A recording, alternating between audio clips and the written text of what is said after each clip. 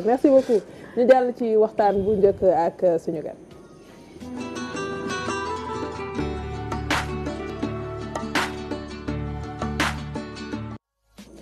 Aziz ñu ñëw ci Moussa Ngom. waaw Moussa Ngom moom moo taxawal maison de reporters war waxtaan mu jëm ci maison de reporters lan mooy tey la maison des reporters. la maison des reporters benn média la bu ñu sos en 2019 mu am particularité par rapport ak ni muy fonctionner. am particularité également par rapport ak fonds yi nga xamante ne moo koy permettre mu dund parce que li tax ba ñuy créer maison des reporters naka lañ ko créer mooy dañu defoon levée de fonds au départ. pour média bi mën a def enquête mën a def ay grands reportages donc c'est un peu ça à la base dañu ñëwoon dans le paysage médiatique enquête daf ci manqué. travail de fond bi xëy na daf ci manqué donc ñun dañu indi suñu touche fexe ba indi benn journalisme le plus factuel fexe def le plus d'enquêtes possible maintenant quand on parle d'enquête et de grands reportages dafa am loo xamante ne dafa war. ci cadre bi pour journaliste bi mooy maanaam journaliste bi soxla na dara bañ ko tënk. mu bañ a am conflit d'intérêt mu mën a nekk à l'aise mu mën a liggéey ci sujet am sans xalaat ne su ma defee lii wala su ma defee lële dara mën na ma ci fekk ci wàllu entreprise bi sama salaire dina si dagg wala dara dina ma ci fekk. donc ci modèle économique bi ñu ne ñun on va dépendre du public pour financer suñu ay reportages. donc c'est ça la base mais dafa am aussi beneen vocation bu taxoon ñu tànn modèle économique boobu. mooy ñun dañ ñëwoon dans la presse gis nañ ne y a un problème de modèle économique ñëpp a ngi koy jàmbat. mais kenn ñemewul sauter le pas pour xool yeneen expérience parce que même ñun sax bañ koy sos bëri nañ ñoo xamante ne dañu woon li ngeen di def nii du mat at. baax na mais du dem. baax na mais du dem. mais ñun dañ jàpp ne il faut ñuy pousser les portes pour fexe en quelque sorte que nit ñi changer de modèle économique parce que c'est un modèle économique aussi boo xam ne li ñu ci gis mooy daf ñuy jox benn confort. ci ñun suñu liggéey bi ñuy def maanaam. benn reporter bu nekk dans la maison des reporters du mës a xalaat ne y a un conflit d'intérêt wala y a un actionnaire boo xamante ne mën na ko censurer wala dara moom li muy xalaat rek mooy sama travail d'information fexe ba que ce soit de qualité et d'intérêt général donc maanaam du am lu ko tënk maanaam du am lu ko tënk vraiment loolu moom c'est une spécificité de la maison des reporters amul benn aspect bu ko tënk beneen facteur bi nga xamante ne nañ ko jëloon en compte aussi mooy dañu xamoon ne bëri na ñu bëgg a liggéey ci ay enquêtes ci ay grands reportages à long terme mais malheureusement temps boobu duñ leen ko may ci seen i ay médias donc loolu aussi ñun dañ ko jéem a aménager fexe def en sorte que journaliste bi moom mooy décider ci ban tempo lay liggéeyee. bu ko neexee mu toog 6 mois bu ko neexee mu toog 1 an am na fi enquête par exemple bu ñu defoon en collaboration avec Le Monde ñun ñoo ko démarré en 2021 c'était sur les nervis. c'est paru en 2023 donc da lay won juste. temps bi nga xamante ne ñun mën nañ koo jël ci suñu liggéey. donc loolu en plus de cela également fexe ba à chaque fois mettre les moyens pour journaliste bi nekk aussi dans un certain confort pour ci buy liggéey. mettre les moyens nag xëy na foofu la obstacle bi nekk. ndaxte il faut ñu def équilibre entre ñun lu ñu am ci ay projets yu ñuy recevoir de la part des journalistes ak li ñu mën a financer. donc looloo tax nag ñuy def le plus souvent recours au public pour muy gën a yokk financement bi daal. mais li nga wax nii rëy na projet bu rëy la mais liggéey bi tamit jafe na parfois nga am ay jafe-jafe yoo xam ni surtout reporter dañ koy jànkoonteel bu ñu demee tourner yenn sujets yi. waaw effectivement parce que surtout bu dee ay sujets sensibles parfois ça peut bëri na problème yi ñuy mën a rencontrer. bon le problème le plus basique. je pense au Sénégal c'est plus l'accès à l'information. maanaam sooy liggéey ci enquête xëy na da ngay gën a xuus mais problème bi ñuy am Sénégal mooy que ni am na yoo xamante ne sujet yoo xamante ne da ngay soxla ay infos basiques rien que pour documentation pour camper contexte camper décor mais problème bi mooy info yi pour nga am ko rek day xaw a jafe yenn saa yi parfois aussi nga am blocage ndaxte institution bi nga xamante ne moom rek moo am information bi xëy na sax nekkul loo xamante ne c'est à son désavantage mais du bëgg mu fësal ko ñu fësal ko wala boog day am njaw njort ci boo nee la maison des reporters nga mu gis ne peut-être sur le site day gis ñu ne un média d'enquête d'investigation et cetera donc ñaaw njort day tax ba mu bloquer finalement l'information et donc ça nous pose problème à notre niveau donc accès à l'information problème la si ñun mais je pense le principal problème c'est vraiment faire en sorte que ñun suñu ambition fu mu toll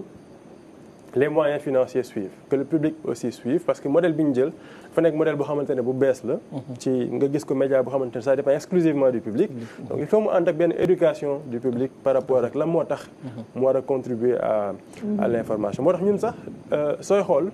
li may wax mooy chaque don bu ñu recevoir c'est une victoire ndaxte suñu information lu ñuy def c'est gratuit d'accès ku mu neex mën na ñëw gis ko donc da ngay xool ci ñi conception bi nit ñi am que l'information est gratuite bu nit demee ba jël xaalisam dugal ko ci muy 500 1000 francs ba ci ay 300 000 400 000 500 000 c'est parce que gis na ci benn intérêt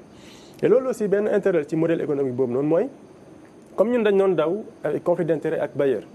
quand on a un public comme bailleur public bi c'est Diagne c'est Ndayaram c'est Toumani c'est Abdou Aziz c'est keneen ak keneen journaliste bi moom xamul kan mooy bailleur moom il a des milliers de bailleurs koo xamante ne ñoom li leen soxal mooy une information de qualité donc je pense que loolu aussi benn point bu important la mais ça pose aussi benn obstacle par rapport au montant yi ñuy recevoir parce que comme je dis ñun on fonctionne au maximum de nos capacités mais au minimum de nos ambitions ndax bëri na ay projets ci biir la maison de reporter ay enquêtes yoo xamante ne bëgg nañ ko sumb mais on est limité par les moyens malgré ce qui a été fait depuis lors. La transparence ci côté boobu noonu parce que tamit ku wax dugal sa xaalis xëy na dina bëgg am une certaine lisibilité par rapport ak xaalis bi nuñ koy yore.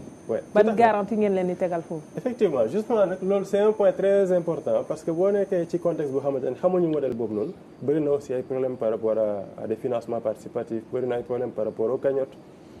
il faut nga rassurer nit ñi. rassurer leen ci journalisme de qualité bi nga leen dig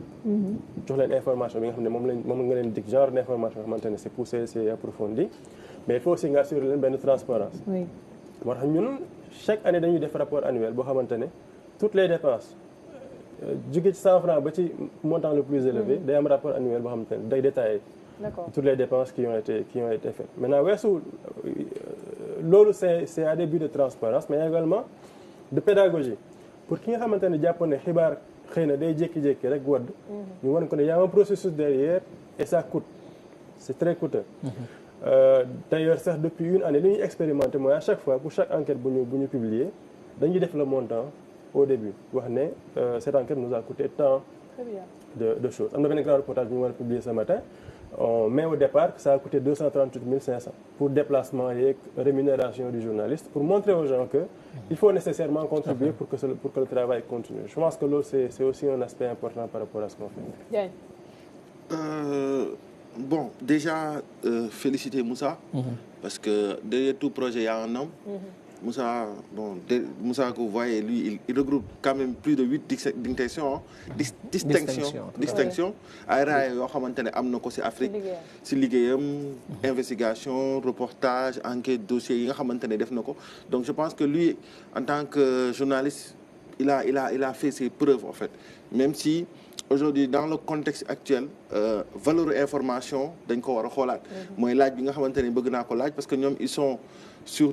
des formats yi nga xamante ne ça prend du temps dans l'élaboration, dans la conception, alors qu'aujourd'hui on est beaucoup plus dans le factuel, dans le fast-food de l'information. ñoom ban taxawaay la ñu am par rapport est-ce que dañuy taxaw ci aspect bi nga xamante ne genre dañuy traiter ay communiqué xool actualité bi à chaque jour wala dañuy focaliser aussi li nga xamante ne day doon ay grands dossiers wala ay grands reportages. beneen aspect bi nga xamante ne tamit bëgg naa ko laaj mooy le président de la République quand il a reçu la convention des jeunes reporters bi ñu ciy waxtaan ak moom il tient à cœur lépp li nga xamante ne jëm na ci enquête ak dossier ak investigation moom nee na loolu sax pare na pour jàppale journalistes yi nga xamante ne dañ ciy def parce que dafa jàpp ni loolu dafa bokk ci jeu démocratique bi pour ñuy fësal li nga xamante ne day am ay njurñaar te Moussa su ma fàttali ko def nga ay dossiers yi nga xam ne def na ci torture nervi def na beneen boo xamante ne ci corruption la ci yeneen dëkk yu mel ni Ghana suñu jëlee exemple yi nga xamante ne mooy comme ay anas ñi nga xamante ne seen i enquête wala seen i dossier danoon dem bay day daaneel ay ministre wala ay autorité ci dëkk bi tey ban lan ngay xaar ci autorité si nga xamante ne soo defee dossier wala enquête suite bi nga xamante ne war nañ ko mën a jox genre dossier yooyu.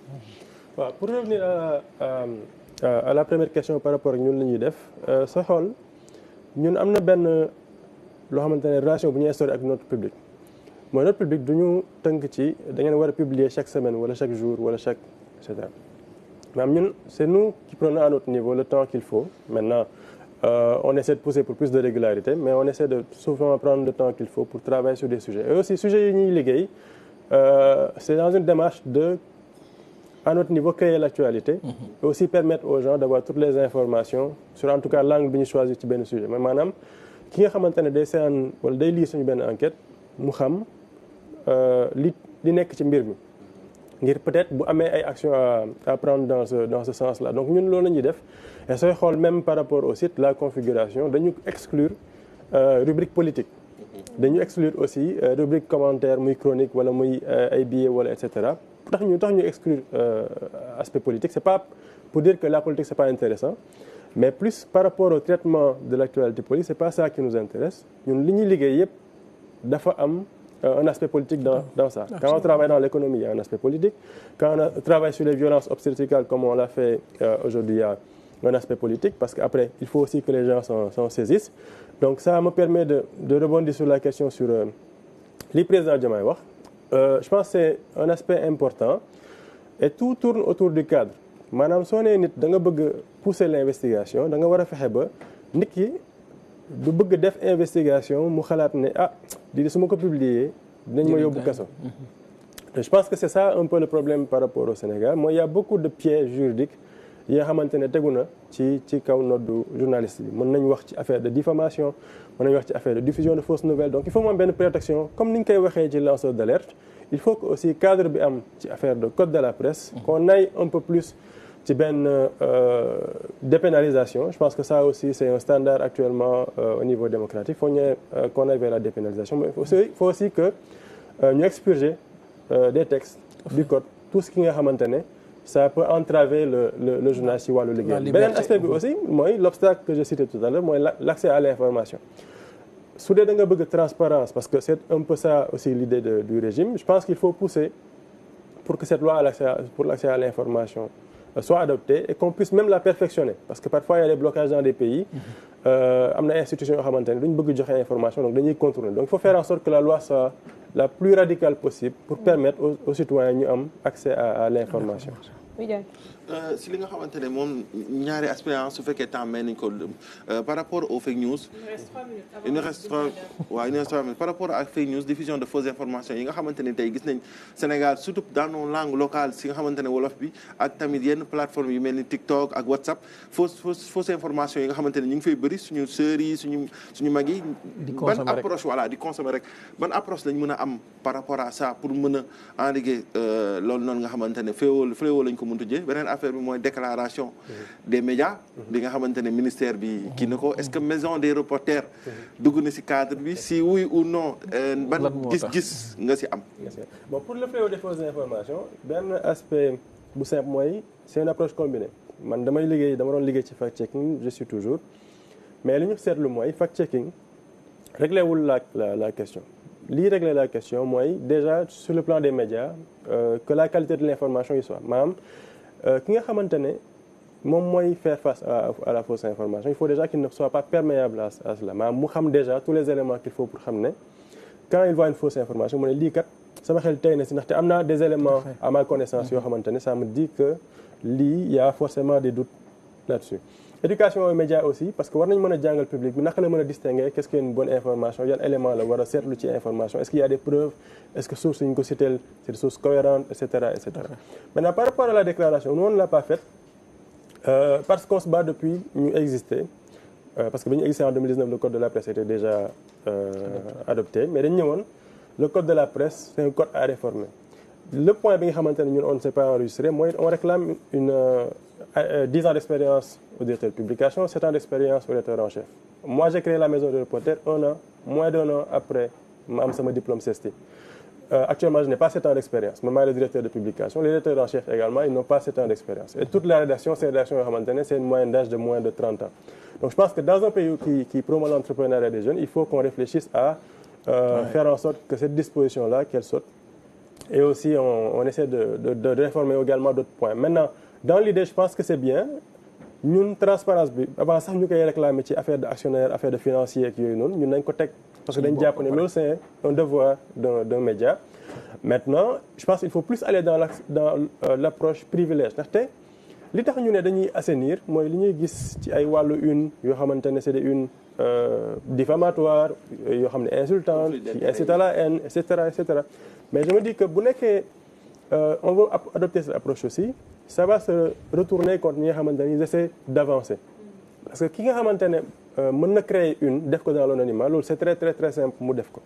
donc kooku sanction yi ñuy bëgg def nii moom du ko laal bu ko neexee muy créer ay médias mais il faut qu'on essaie de pousser les médias à plus de transparence en les encourageant par exemple le fait de leur dire que pour am accès à l'aide à la presse da ngay fexe respecter telle ou telle disposition am sa transparence par rapport au financement ça peut être bien. Est-ce que accéder à la presse? Non, pas pour l'instant. Pas pour l'instant, je pense qu'on avait exclu ça de notre modèle. Mais bon, on verra à l'avenir. Pour l'instant, on est vraiment focus sur le public. Et c'est ça l'objet de la levée de fonds bi ñu nekk di def. Après la suite à suivre sur www.presse. À un moment, après le bulletin d'information,